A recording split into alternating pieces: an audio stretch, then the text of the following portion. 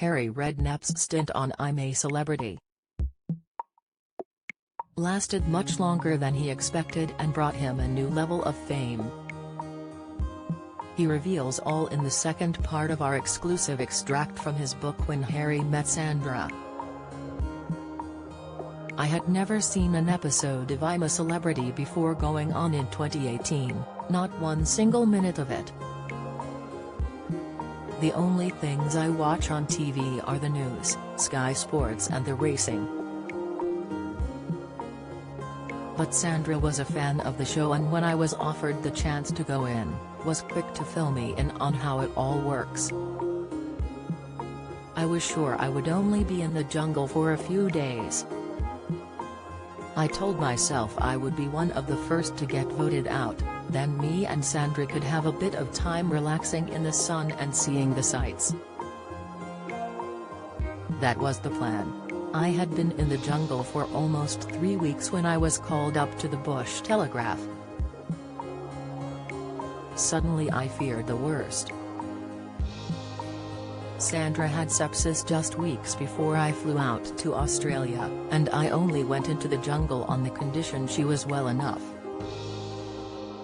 But now I was terrified she wasn't. I quickly made my way down the stairs, trying to find the producer. I walked through a bush and there Sandra was. Just seeing her sitting on that rock and it just did me in. My eyes filled up with tears. I think it was a shock for Sandra to see me like that, really. She will say I don't ever show my emotions easily, well, certainly not tears anyway. I hadn't cried until then. Seeing her in the flesh, and knowing she was okay after all that time apart, really did lift me. Never in a million years did I think I would be in there for nearly 3 weeks, let alone winning the show. Sandra and I had decided to stop off in Dubai on our way back and have a holiday, just the two of us.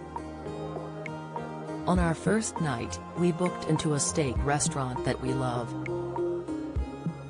All of a sudden, a bloke shouts out across the restaurant, "There's only one Harry Redknapp." All the other diners turn, put their knives and forks down and stand up to join in. "There's only one Harry Redknapp," they all sang. "I thought we were going to have a quiet holiday," Sandra said as I smiled. We got to the table and I called Jamie. "What on earth is going on?" I told him. "Wait till you get home, Dad," he told me. "Everyone is talking about you and Mum, it is incredible." And that was the start of it, really. It was a whole new world to me. I am used to going on TalkSport or Sky Sports and talking about football, but now everyone is asking me about me and Sandra. Now, the rest of the country can see what an amazing and special woman she is. Sandra has been my rock throughout our marriage.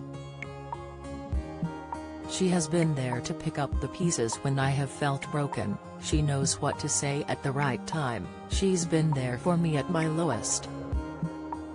I've been the football manager, but behind the scenes, it is Sandra who is managing me. Harry on losing his friend, Bobby Moore. February 24, 2018 marked 25 years since my great friend Bobby Moore's death. I could cry thinking about him. After we won the World Cup in 1966, Bobby became the most famous person in the world. But to me, he was just Bobby, a normal, down-to-earth guy. Some of our best memories were when we were in America together. Sandra and his wife Tina grew close and got on really well. She was as fond of Bobby as I was. He was a very shy man, but he came out of his shell a bit more after a couple of lagers. I remember one time we were out having dinner and a couple of fans approached the table and asked Bobby to dance. He accepted, and as he walked past Tina, she threw her gin and tonic all over him. Bobby dabbed his finger in the drink and said, "Can I have a touch more tonic?" I know that he lost himself when he retired.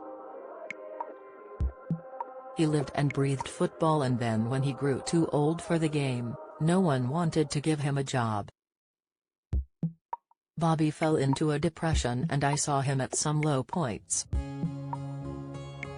He did lose his sparkle a bit. He was diagnosed with bowel and liver cancer in 1993, and a week after the world found out, he was gone. He was just 51. It was a terrible shock and I was absolutely heartbroken. Bobby's ashes are about 20 yards away from my mum and dad in the City of London Cemetery in Manor Park. Every time I go to lay flowers for them, I always take some to put on Bobby's plaque. When Harry Met Sandra is out on Thursday, priced £20, published by Mirror Books.